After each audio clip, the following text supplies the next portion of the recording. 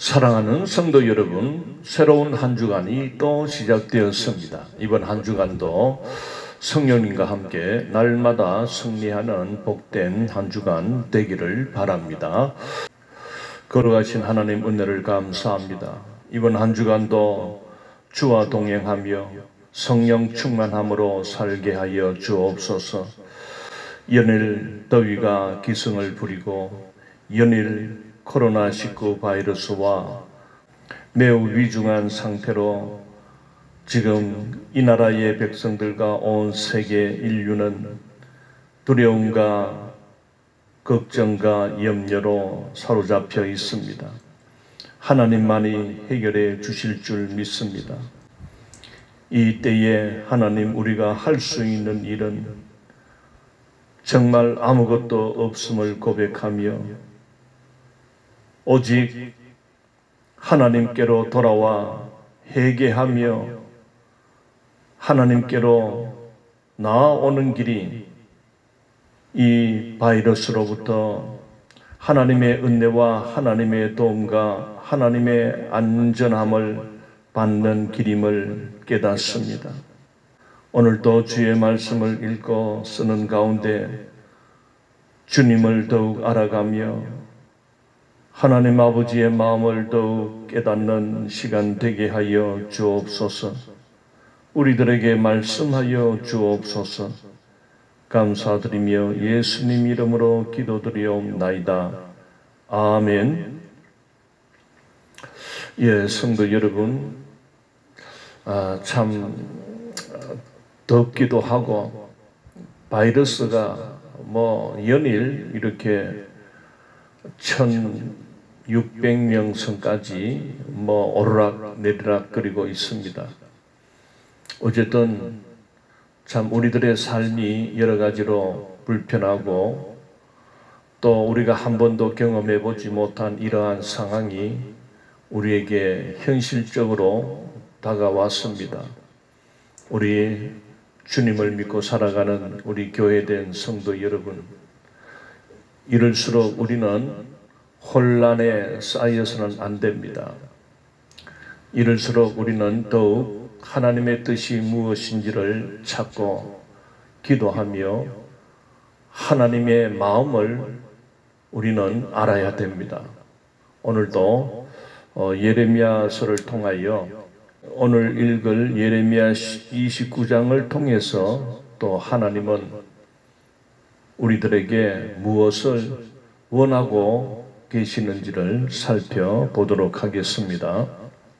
자, 예레미야 29장 1절. 선지자 예레미야가 예루살렘에서 이 같은 편지를 느부갓네살이 예루살렘에서 바벨론으로 끌고 간 포로 중 남아있는 장로들과 제사장들과 선지자들과 모든 백성에게 보냈는데, 1절에 나타나듯이 예레미야 선지자가 편지를 써서 그 바벨론으로 붙들려간 그 유다 백성들, 포로된 그들에게 편지를 보내는 것을 설명하고 있습니다. 그 시드기야 4년째에 우리가 28장에서 그 참 선지자인 예레미야와 그 시대의 그 거짓 선지자의 대표격인 하나냐가 그렇게 그 대토론회가 있었다고 했지 않습니까? 그래, 거짓 선지자는 그 유창한 어떤 달변가였던 것 같아요. 그러다 보니까 백성들을 그 거짓으로 선동합니다. 하나님의 계시가 없음에도 불구하고 하나님께서 자기에게 계시를 주었다. 여호와 하나님이 나에게 말씀했다. 이런 말씀을 하시더라. 바벨론은 곧 망하니 2년 내로 붙들려갔던 우리 백성들은 다 돌아올 것이다. 그러면서 남아있는 그 유다 백성들을 선동을 했던 겁니다. 예레미야는 바벨론에게 항복하는 것이 살 길이다. 바벨론 왕에게 우리가 충성을 하고 그 포로로 끌려가서 종이 되는 것이 사는 길이라 하는데 저자는 매국노다. 나라를 팔아먹으려고 하는 자다. 막 그렇게 공격을 하니까 그렇게 하면서 자기는 그런 것이 아니다. 하나님이 나에게 주신 그 계시는 그 바벨론 왕은 2년 안에 망하고 그래서 붙들려 갔던 우리 백성들은 다시 돌아오고 그리고 예루살렘 성전에 있던 그 기물들도 다시 원위치할 것이다. 백성들이여 힘을 내서 나라를 지키자. 나라를 지키자 하니까 막 애국자 행세를 하는 겁니다. 그리 일반적으로 우리가 상식적으로 볼 때 하나냐와 같이 애국하자.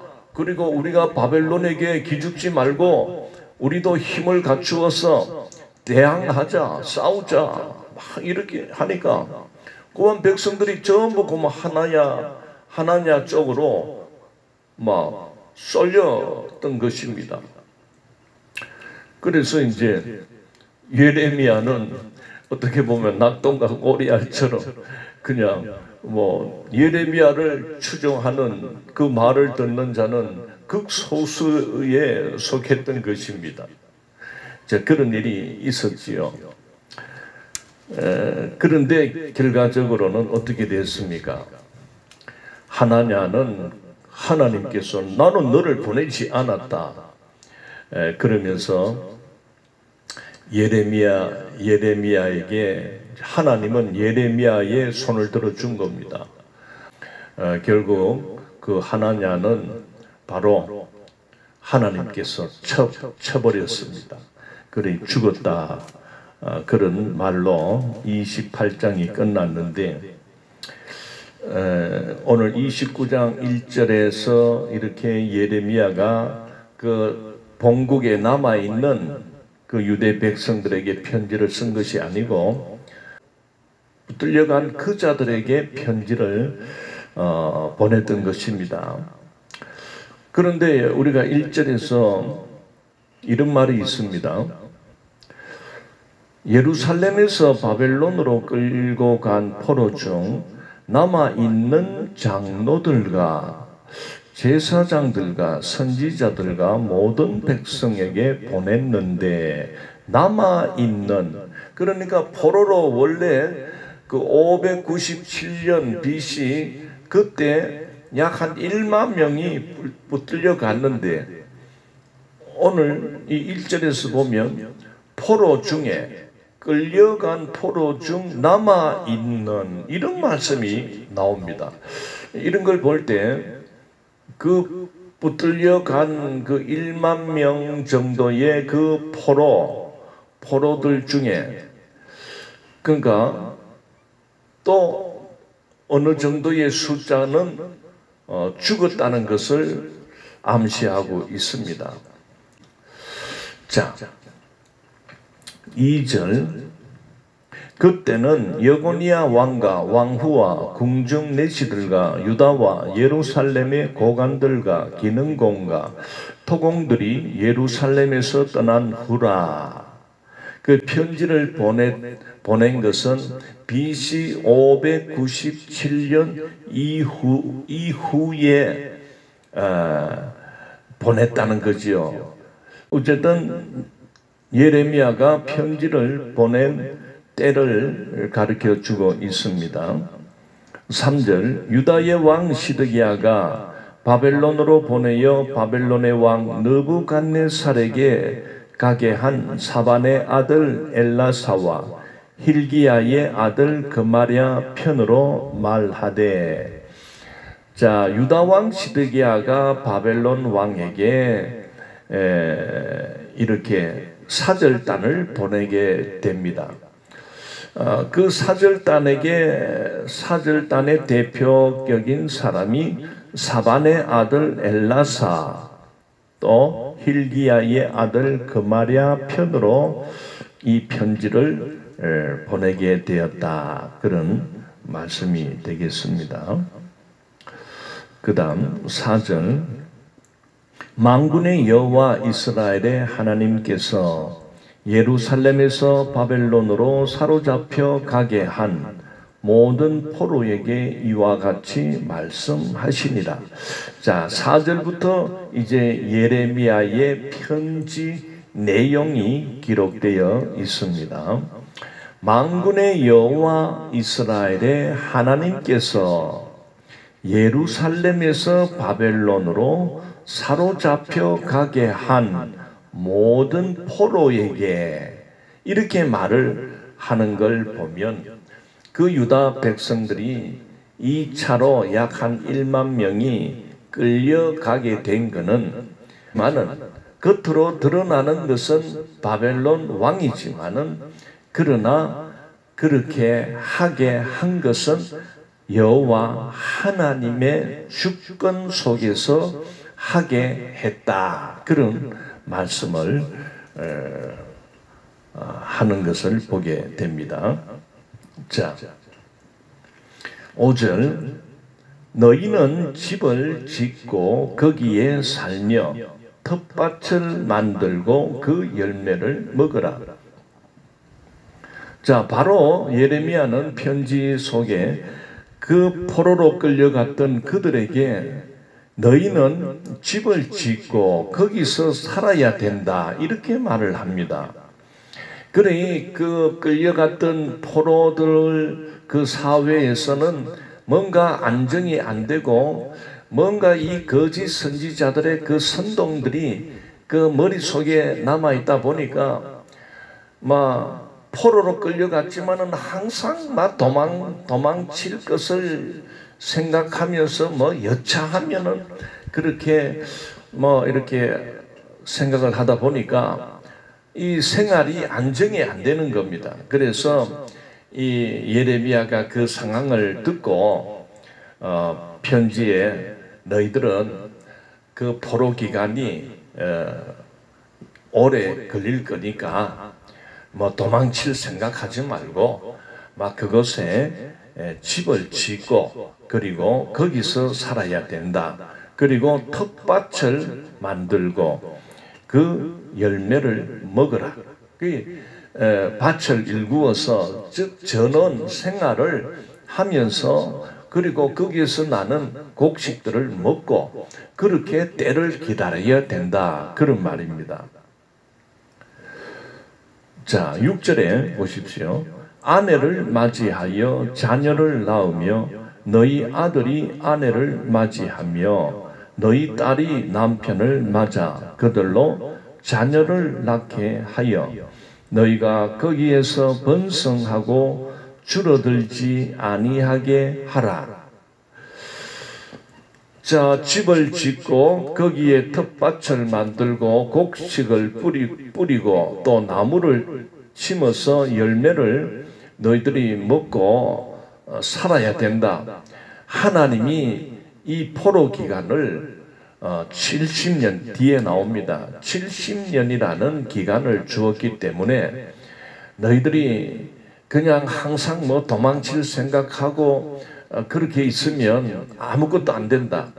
지금 이렇게 포로로 잡혀가게 된 것도 그 하나님의 주권 속에서 우리 유다 백성들을 이렇게 끌려가게 하셨다. 그러니 너희들은 거기에서 정착해서 어쨌든 회개하고 우리들이 하나님을 떠나고 하나님의 언약을 파기하고 사실 우상을 섬김으로 인해서 지금 이 포로 생활이 되었다는 것을 자각하고 그래서 한 70년 동안 3대가 이어가도록 그렇게 하나님의 뜻을 깨닫고 있으면 반드시 돌아올 때가 주어질 것이다. 그때까지는 너희들이 아내를 맞이하고 결혼도 하고 그리고 자식을 낳아서 자식들도 장가 보내고 그리고 시집도 보내고 그래서 손자도 보고 그렇게 해야 된다. 그러면서 번성하고 어디에서? 거기에서 바벨론 그 땅에서 번성하고 줄어들지 아니하게 하라. 이게 하나님의 뜻입니다. 여러분, 번성하라, 생육하고 번성하라 하는 말이 제일 처음에 나타날 때가 바로 에덴 동산입니다. 창세기 1장에 가면 나옵니다.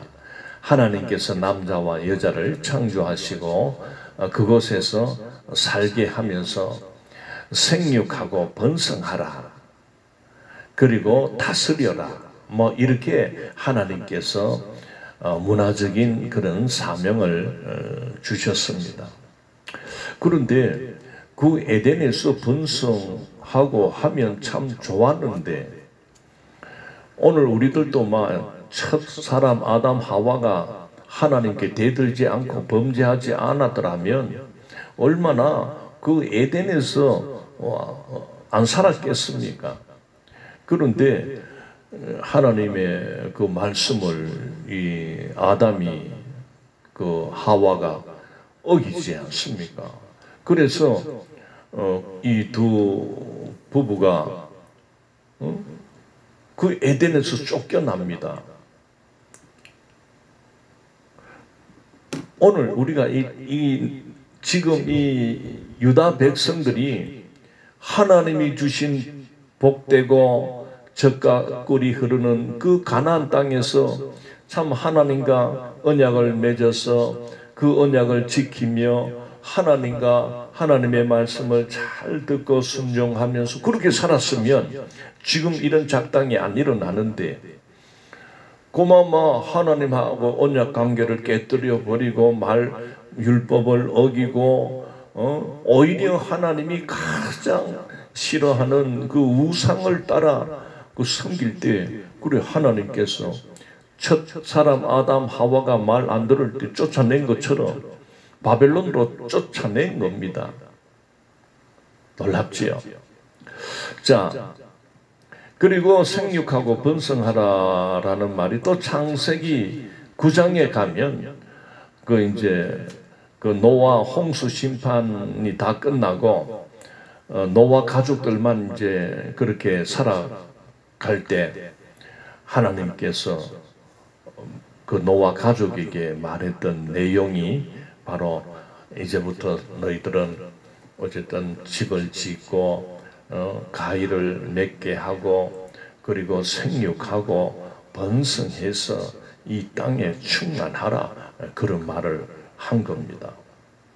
그리고 이제 여기 와서 이제 바벨론 포로로 살아가는데 너희들 뭐 도망치려고 그런 생각하지 말고 하나님의 계획은 70년 있어야 너희들이 70년 동안 여기서 자숙하고 회개하고 하나님께로 너희들이 진심으로 하나님을 찾고 이렇게 용광로 속에 들어온 것처럼 철저히 녹아지고 깨어져야 너희들이 한 70년 지나면 이제 하나님께서 너희들을 다시 본국으로 돌이킬 거니까 딴 생각하지 말고 그렇게 아들, 딸 놓고 결혼도 하고 집도 짓고 그렇게 살 것을 강구하고 있는 겁니다. 자, 7절에 너희는 내가 사로잡혀 가게 한 그 성읍의 평안을 구하고 그를 위하여 여호와께 기도하라. 이는 그 성읍이 평안함으로 너희도 평안할 것임이라. 자, 7절에서 나오는 것은 뭡니까? 그 포로된 이스라엘 유다 백성을 향해서 너희들은 이곳에서 살면서 이 나라, 이 바벨론 나라와 그리고 그 바벨론 나라를 통치하는 느부갓네살 왕, 그 왕을 위하여 너희들은 하나님께 기도해라. 왜? 이 바벨론 나라가 평안해야 너희들도 평안할 거다. 나라가 시끄럽고 나라가 막 전쟁이 일어나면 너희들도 너희들도 그냥 있겠느냐? 불안해서 너희들도 힘들다. 그러니 이방 땅이지만은 너희들은 이 바벨론에서 포로로 살 동안에 그 나라의 왕과 위정자들을 위해서 하나님께 기도하라고 그렇게 가르쳐 주고 있습니다. 사랑하는 성도 여러분, 오늘 우리들도 똑같습니다. 오늘 우리들은 하나님께서 이 죄악이라는 이 세상에서 우리를 건져내고 구원하기 위해서 하나님은 그 예수 그리스도를 보내주셨습니다. 그래서 누구든지 예수님께로 나오는 자는 구원받습니다. 그런데 오늘 우리는 이 세상에서 살던 우리가 이제 예수님을 따라 우리는 이 교회라는 그 구원의 방주에 우리가 들어온 것과 같습니다. 그러나 이 교회는 이 땅에 그대로 있는 겁니다. 그래 우리도 구원받았지만은 이 땅에 살아가야 됩니다. 그렇기 때문에 우리는 각자가 살아가는 그 땅 또는 뭐 외국인들은 그들 나름대로의 그 땅이 있고 국가가 있을 거 아닙니까?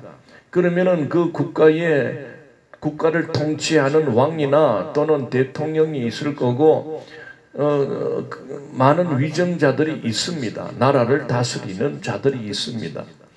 그리고 오늘 우리들도 이렇게 우리는 세상에서 분리되어 우리는 교회라는 이 구원의 방주에 들어왔지만은 이 또한 이 세상 땅에 우리 구원받은 우리들도 이렇게 살아가기 때문에 그 땅의 나라와 백성 그리고 그 나라의 통치자를 위해서 우리는 하나님 앞에 기도해야 됩니다. 나라와 민족을 위해서 그리고 국가와 그 대통령과 그 위정자들을 위해서 기도해야 됩니다. 지금 우리나라도 이 정치가 시끄러우니까 백성들이 고통하고 있지 않습니까? 이 코로나 문제도 그래요. 정치를 잘 못하니까 이 위정자들이 이 정치나 어떤 그 진영 논리에 사로잡혀서 재난지원금을 주니 많이 모두에게 주니 선별해서 주니 이런 것 때문에 서로 막 싸우고 하지 않습니까? 이게 어지러운 겁니다. 그러니 우리 기독 성도들은 어쨌든 저 위정자들이 하나님을 모른다 해도 어쨌든 그들이 잘 하도록 해야 우리가 살기가 편합니다. 그래서 기도하라 그런 말이죠. 8절 만군의 여호와 이스라엘의 하나님께서 이와 같이 말씀하시니라. 너희 중에 있는 선지자들에게와 점쟁이에게 미혹되지 말며 너희가 꾼 꿈도 고지 듣고 믿지 말라. 자, 이 8절에 보면 그 포로로 끌려간 유대 백성들 사이에 그 사이에도 이 거짓 선지자들이 있었는 것 같아요. 그리고 점을 치고 이렇게 운세를 가르쳐 주고 하는 이런 점쟁이 이런 데에 대하여 미혹되지 말라. 그들의 말에 속지 말라. 그렇게 요행을 바라고 어떤 점쟁이를 찾아가서 점을 보고 그러지 마라. 그리고 거짓 선지자들이 하나님 이름을 빗대가지고 이렇게 자꾸 우리는 이곳에서 우리는 도망을 쳐야 됩니다. 우리는 포로로 살다가 우리는 다 죽습니다. 바벨론 왕은 곧 죽을 겁니다. 우리 탈출을 시도해야 됩니다. 이런 헛된 허황된 꿈을 제시하는 이런 자들 말에 미혹되면 아니 된다. 너희가 꾼 꿈도 고지 듣고 믿지 말라. 꿈 이야기 많이 하는 사람, 요즘 이 코로나 때문에 막 민심이 흉흉하다 보니까 여러분 이 거짓된 자들이 이 혹세무민하는 일들이 지금 많이 일어나고 있습니다. 혹세무민이라는 말이 무슨 말입니까? 이 혹이라는 말은 정신을 혼란스럽게 하여 어지럽힌다, 그런 말입니다. 그러니 그 혹세 세자는 세상 세자지요. 무는 뭡니까? 무고할 무입니다. 바로 없는 사실을 가지고 속이고 깔본다는 뜻이지요. 그러니 실체가 없는 그런 것을 가지고 있는 것처럼 말을 하는 겁니다. 여러분, 사회가 이렇게 혼란할수록 이런 사이비 이단 교주들이 나타납니다. 사이비가 나타납니다. 왜냐하면 이 종교라는 것을 이용해 가지고 이 종교는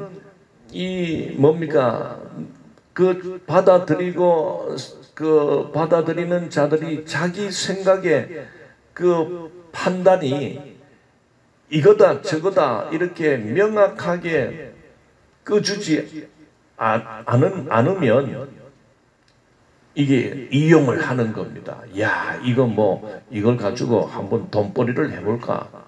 이런 생각들을 가진 자들이 지금 말세가 되었다, 몇월 며칠 세상 천지개벽이 일어난다, 내가 꿈을 꿨는데 큰 일이 일어난다, 속히 일어난다, 집을 팔고 땅을 팔아라, 그리고 다 들고 내한테 온다,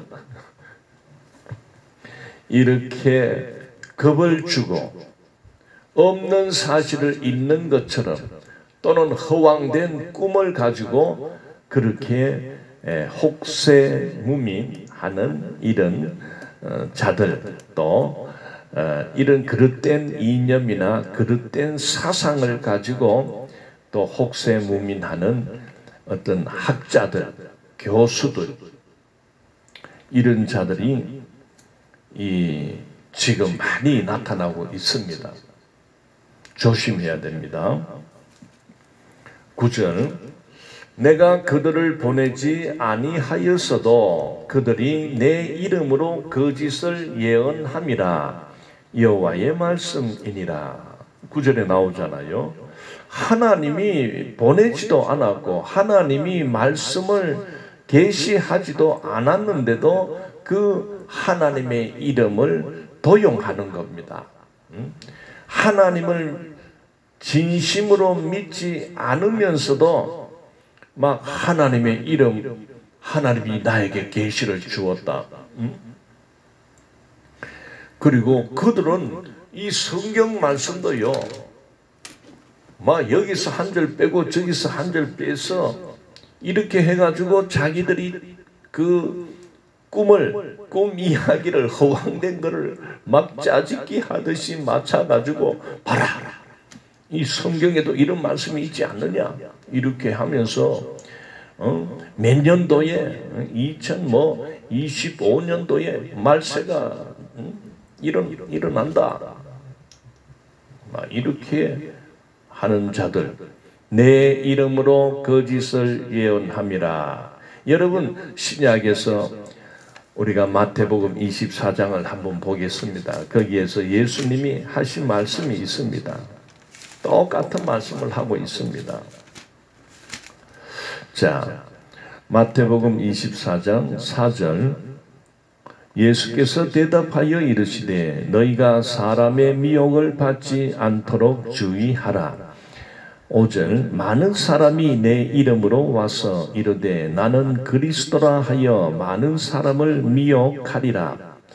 여기 보십시오. 많은 사람이 내 이름으로, 예수 그리스도의 이름으로, 그러니까 내가 예수다, 내가 그리스도다, 내가 선지자다, 내가 제사장이다 뭐 이렇게 하면서 나는 그리스도라 하여 많은 사람을 미혹하리라. 혹세무민하리라.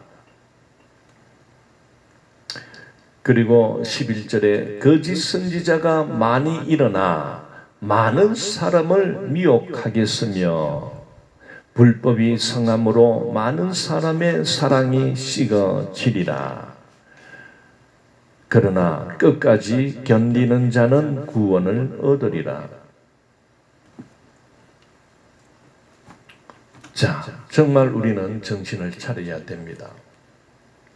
유튜브를 통해서 수많은 이런 잘못된 그리고 거짓된 자들의 그 입에서 수많은 말들이 쏟아지고 있습니다. 우리는 분별해야 됩니다. 분별하는 것도 내 생각, 내 판단으로 해서는 안 됩니다. 오늘 성경이 가르쳐주는 성경의 말씀으로 우리는 분별해야 되는 것입니다. 자, 10절 여호와께서 이와 같이 말씀하시니라. 바벨론에서 70년이 차면 내가 너희를 돌보고 나의 선한 말을 너희에게 성취하여 너희를 이곳으로 돌아오게 하리라. 자, 하나님께서 말씀하십니다. 바벨론에서 70년이 차야 된다. 그 70년이 차면 내가 너희를 돌보고 나의 선한 말을 너희에게 성취하겠다. 그래, 포로 생활을 하는 그 70년 동안 하나님께서 돌보신다고 합니다. 그리고 나의 선한 말, 이 나의 하나님의 선한 말이 뭐냐면은 내가 너희들을 다시 회복시킬 것이다. 오늘 우리들을 향하신 하나님의 그 구원의 계획, 오늘 죄악 가운데서 신음하며 살아가는 이 인류를 향한 하나님의 선한 말이 바로 무엇입니까? 누구든지 예수 그리스도를 믿는 자는 멸망치 않고 영생을 얻게 하시리라. 요한복음 3장 16절 말씀입니다. 그게 하나님의 선한 말입니다. 너희에게 성취하여 너희를 이곳으로, 즉 이곳은 본토인 그 예루살렘 도성으로 돌아오게 하시겠다는 말씀입니다. 자, 11절 여호와의 말씀이니라. 너희를 향한 나의 생각을 내가 아나니 평안이요 재앙이 아니니라. 너희에게 미래와 희망을 주는 것이니라. 하나님의 말씀은, 그리고 하나님이 우리를 향한 그 생각은 평안입니다. 너희들이 평안하기를 바란다. 절대 하나님은 우리 사람들을 그냥 있는 걸 눈꼴 사나봐서 못 보시고 그저 찝쩍거리고 그저 막 환난을 주고 괴롭히고 그런 재앙을 주시는 분이 아닙니다. 하나님은 그런 생각을 안 합니다. 누구든지 예수 안에서 평안하고 예수 안에서 구원받아 제사함 받아서 하나님의 그 은총과 하나님의 그 풍성한 사랑 안에서 그렇게 살아가기를 원합니다. 우리 모두가 에덴 동산의 아담 하와와 같이 그렇게 살아가기를 원합니다. 모두가 참 생육하고 번성해서 자손을 많이 놓고 그렇게 찾아 손손 하나님께서 베푸시는 그 은총 속에서 건강하게 오래오래 살기를 바라는 게 하나님의 마음입니다.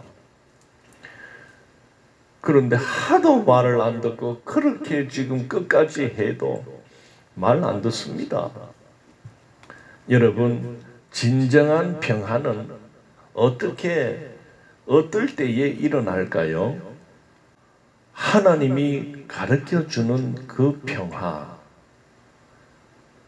이 하나님의 은혜와 하나님의 사랑 받아가며 살아가는 게 그게 평화인데, 사람들은 자꾸 그 하나님하고 관계 회복을 원치 않고 자꾸 삐죽거리면서 자기 뜻대로, 자기 마음대로 살기를 원합니다. 여러분, 진짜 평화는 서로가 힘이 있다고 여기면 그는 평화가 안 됩니다. 여러분 보세요. 나라도요, A라는 나라와 B라는 나라가 있는데 이웃제하면서 살지만은 서로가 힘이 있고 서로가 이 군사력이 비등비등하면은요, 항상 긴장해가지고 서로 저거 어떻게 칠까, 어떻게 때려 부술까, 그런 생각만 합니다. 이게 평화가 안 됩니다. 그런데 이 두 나라가 평화가 일어나는 방법은 딱 하나 있습니다.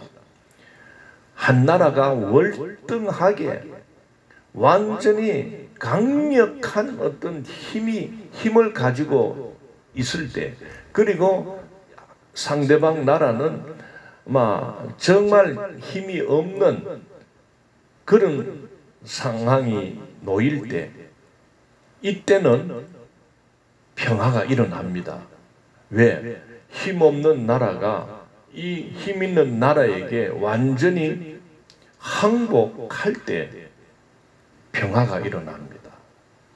지금 하나님이 우리에게 너희들 평화를 원하지만은 너희들이 진정 평화를 받으려면 하나님에게 대들지 말고 하나님에게 항복해라. 나에게 항복해라. 그 말입니다. 그래서 너희는 왕의 멍에를 메어야 된다. 이 포로된 유다 백성들아, 너희들이 그 바벨론에서 안전하게, 그리고 좀 그래도 평화롭게 살고 싶으면 그 왕에게 완전히 항복하고 완전히 복종해야 된다. 그런데 너희들이 자꾸 도망치려고 하고 끼죽끼죽 너희들끼리 모여가지고 쑥덕거리고 그렇게 하면 왕은 너희들을 가만히 놔둘 수가 없다. 너희들을 죽이든지 하는 거다. 그래서 실제로 이제 그 상황, 바벨론의 포로로 끌려가서 그 왕에게 항복하라 해서 이제 멍에를 져라, 그런 말이죠. 그래 예수님이 하신 말씀이 그거 아닙니까? 너희들은 나의 멍에를 쥐고 나에게서 배우라. 이 말은 다른 말로 너희들이 진정 평화를 원하거나 사랑을 원하고 행복을 원하면 예수님에게 항복하고 예수님께로 들어와야 된다. 그 예수님의 말씀을 잘 듣고 그렇게 사는 것이, 그게 그 예수님의 그 다스림, 통치 안에 사는 것, 이게 구원받은 겁니다. 이게. 그래 오늘 우리들도 자꾸 내 생각을 이렇게 끄집어내어서 성경 말씀이 이거는 안 맞는데, 이럴 수 없어, 응? 내 마음에 안 들어, 이해가 안 돼, 그러면서 자꾸 시비 걸고 자꾸 원망하고 불평하고 하면 우리 마음이 쉼을 누릴 수도 없고 평화가 없습니다. 평안하지 않습니다. 그런데 예수를 믿는다, 이 말은 고마 예수님에게 완전히 항복하고 죽이든 살리든 주님 마음대로 하시소. 나를 막 먹여 살리는 것도 막 주님이니까 주님 알아서 해 주이소. 이 코로나 때문에 막 시급하겠는데, 뭐 코로나 생각하면은 이걸 내 방법으로 어떤 내 힘으로 이렇게 이겨내려고 하면은요 골치 아픕니다. 걱정돼서 못 삽니다. 그러니 이런 문제까지도 하나님께 맡겨버리고, 오늘도 아침에 눈 뜨면 아이고 감사합니다. 뭐 저녁에 또 잠잘 때 눈 감을 때도 오늘도 막 주님 은혜 가운데 잘 살았습니다. 또 내일 아침에 눈 뜨면 감사합니다. 오늘도 주님 도와주이소. 이하고 이렇게 사는 겁니다. 내일 아침에 눈 안 뜨면 또 안 뜨면 또 더 좋잖아. 천국에서 눈 뜨니까. 그래도 막 이 세상에 살아가려고 하면 하나님께 모든 거 맡기고 그래 사십시오. 그게 편합니다. 그게 하나님이 원하는 평안 아닙니까? 평안을 너에게 주노라. 자, 요한복음 14장 27절. 평안을 너희에게 끼치노니 곧 나의 평안을 너희에게 주노라. 내가 너희에게 주는 것은 세상이 주는 것과 같지 아니하리라. 너희는 마음에 근심하지도 말고 두려워하지도 말라. 여러분, 이러한 주님이 주시는 평안을 누리기 위해서는 첫째가 바로 예수님 앞에 우리는 항복하는 것입니다. 여러분, 이렇게 항복한 자는 그 주인, 이제 나의 주인은 예수님입니다 라는 말과 같습니다. 주인은 책임을 지는 자입니다. 나의 주인이 나일 때는 내가 모든 것을 해야 되고 또 처리해야 되고 결론 지어야 되고 하다 보니 피곤하고 힘듭니다. 그런데 우리가 예수님의 멍에를 져라, 이것은 그만 나의 주인은 이제 주님입니다. 그러니 주님께서 나를 살리든 죽이든 이제 뭐 당신 알아서 하십시오 라고 딱 맡겨버리면 우리 주님께서 정말 죽일까요? 안 죽입니다. 오히려 우리를 다 살려줍니다. 아프면 또 하나님께서 만져주십니다. 일이 잘 안 되면요 하나님이 먼저 일이 잘 되도록 해결해 줍니다. 맡기십시오. 맡기지 못하니까 안 되는 겁니다. 맡기지 못하면서 기도 백날 해봐도 기도에 응답 없습니다. 어떤 자에게 기도 응답이 있습니까? 이제 뒤에 나옵니다. 자, 12절. 너희가 내게 부르짖으며 내게 와서 기도하면 내가 너희들의 기도를 들을 것이요. 13절. 너희가 온 마음으로 나를 구하면 나를 찾을 것이요 나를 만나리라. 보십시오. 하나님이 주시는 평안을 정말 누리는 자가 된다는 것은 우리가 하나님 앞에 자꾸 저항하고 대항하고 싸우고 따지고 이렇게 하면 하나님의 징벌, 하나님의 그 재앙만 우리에게 임할 뿐입니다. 그런데 오늘 이 성경 예레미야 29장을 통해서 하시는 말씀은 너희들이 이미 이렇게 포로로 잡혀가게 됐는데 자꾸 이 포로된 상황에서 그 왕의 통치를 너희들이 받고 왕에게 순복하고 순종하면 너희들은 먹고 살고 또 뭐 이렇게 집을 짓고 농사 짓고 하는 것이 편안하다. 그 하나님께서 계획하신 70년 동안 그렇게 왕의 통치에 순응해라. 그런데 자꾸 뭐 도망갈 생각하고 딴 생각하면 왕은 그냥 안 놔둔다. 그런 자들을. 그러니 똑같습니다. 오늘 우리들에게 우리가 하나님의 은혜와 하나님의 평강함, 평화를 우리 마음에 진정 누리는 자는 어떤 자입니까? 예수님에게 완전히 항복한 자입니다. 예, 마태복음 11장 28절 수고하고 무거운 짐진 자들아 다 내게로 오라 내가 너희를 쉬게 하리라.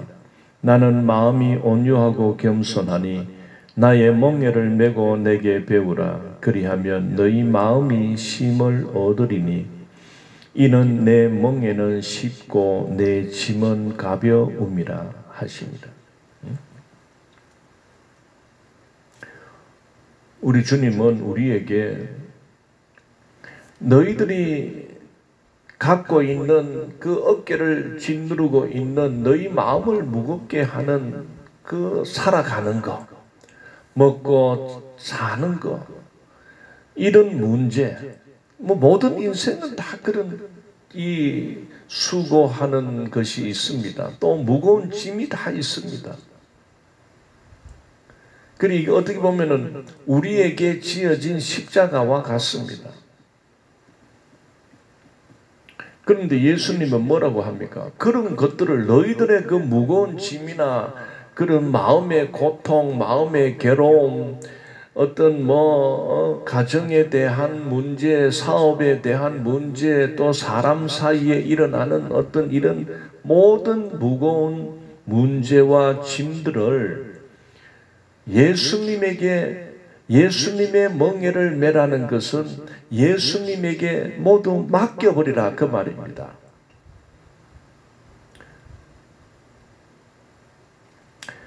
예수님은 우리의 모든 짐, 우리의 십자가를 예수님이 다